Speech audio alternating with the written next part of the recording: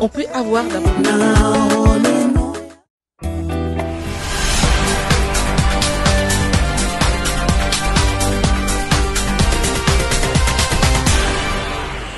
Comme annoncé par la Commission électorale nationale indépendante, mesdames et messieurs, c'est donc demain, mercredi 25 janvier 2023, que débute l'opération d'enrôlement des électeurs dans la diaspora, précisément ici en France où je me trouve. En France également, une délégation de la CENI aujourd'hui conduite par monsieur Roger Bimola, membre de la plénière de la CENI, en attendant l'arrivée du premier vice-président de la centrale électorale. 5 pays, comme vous le savez, vont donc commencer cet exercice d'élection des Congolais, du vote des Congolais de l'étranger, qui résident à l'étranger. Ça sera donc les États-Unis, le Canada, la France, la Belgique, mais aussi l'Afrique du Sud. Et pour l'étape de la France où je me trouve, c'est donc dans cette salle de l'ambassade de la République démocratique du Congo en France, 32 cours, Albert 1er, 8e arrondissement de Paris, qu'aura lieu donc l'opération d'enrôlement des électeurs. Cette opération débute à 8 heures, comme à Kinshasa. Vous allez le voir, c'est donc une partie de l'ambassade qui a été occasionnellement transformée en centre d'enrôlement. Et bien évidemment, c'est donc ici que les Congolais iront également aux urnes en décembre, le 20 exactement, pour voter le président de la République, puisque, à moins que ça change, les Congolais de la diaspora ne voteront que le candidat président de la République. Je vais donc avancer pour rejoindre monsieur Bimola qui supervise un peu les travaux ici.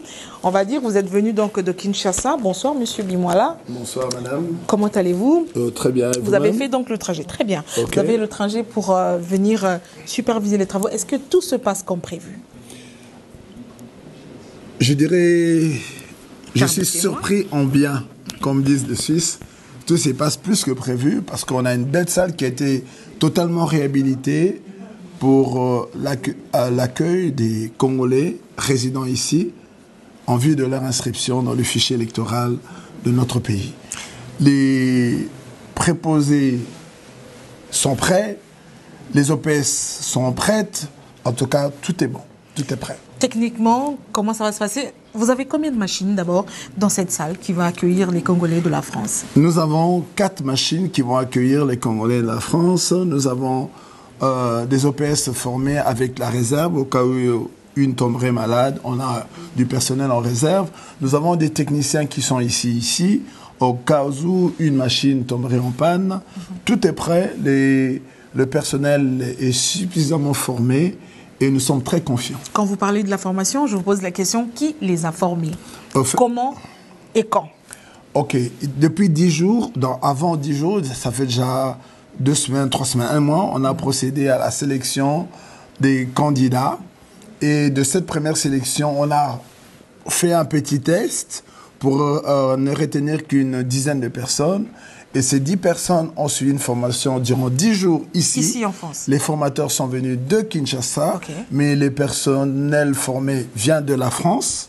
Ce sont des Congolais résidant en France qui ont été formés durant 10 jours. Et après le test, 7 ont été retenus. Et ce sont ces 7 qui sont ici ce soir. L'opération prendra combien de jours et débute à quelle heure? L'opération prendra 30 jours et débute demain, mercredi 25 janvier. À 8 heures, les bureaux de la CENI seront ici ouverts à l'ambassade de 8 heures à 17 heures tous les jours et cela durant 30 jours. Sans exception, même le dimanche? Surtout le dimanche où je suis sûr que ceux qui travaillent pourraient saisir cette opportunité pour venir se faire enrôler. La CENI entend à peu près enrôler approximativement combien de Congolais ici en France? Combien de Congolais ici en France? On m'a donné des chiffres de 400 000 Congolais, 200 000 Congolais. Nous sommes prêts à enrôler le maximum possible de Congolais qui viendront se présenter ici. Vous avez vu, on a une belle salle d'attente chauffée, on a un cadre d'accueil exceptionnel et je tiens ici à remercier notre ambassade qui a mis les locaux à disposition ainsi que son personnel. La grande question, c'est qui doit se présenter ici pour se faire enrôler? Seulement le Congolais disposant d'un passeport congolais va en pleine validité, je le dis, je le répète, s'il n'a pas en cours de validité, Sinon, s'il y a un souci avec des passeports en cours de validité parce qu'il y a des passeports dont il faut, comment dire, refaire la validité, si j'ose dire, qui ont une carte consulaire, c'est-à-dire sont identifiés comme Congolais au niveau de l'ambassade. Ça, c'est le document essentiel. Et ce document doit être accompagné de la carte de résidence. C'est-à-dire, il faut une attestation qui démontre, qui affirme, qui confirme que vous êtes bien résident en France. Donc, ce bureau, ici à Paris, c'est pour les Congolais résidents en France. En Belgique, ça sera pour les Congolais résidents en Belgique avec le document de résidence de la Belgique. Et en Afrique du Sud de même, parce que nous avons choisi 5 pays pour ce test. Parce que c'est la première fois où on va enrôler des Congolais vivant à l'étranger. Quand vous parlez de cours de validité, à 3 jours d'expiration d'un passeport, c'est en cours de validité. Bien sûr, à 3 jours d'expiration, c'est en cours de validité. Mais un jour après, ce n'est plus en cours de validité. Un jour d'expiration, c'est en cours de validité. C'est en cours de validité, mais un jour après la validité, ce n'est plus en validité. Mais ça, c'est technique. Il est clair que il y a des cas difficiles qui ont été abordés lors de notre réunion de cadre de concertation où il est dit que des passeports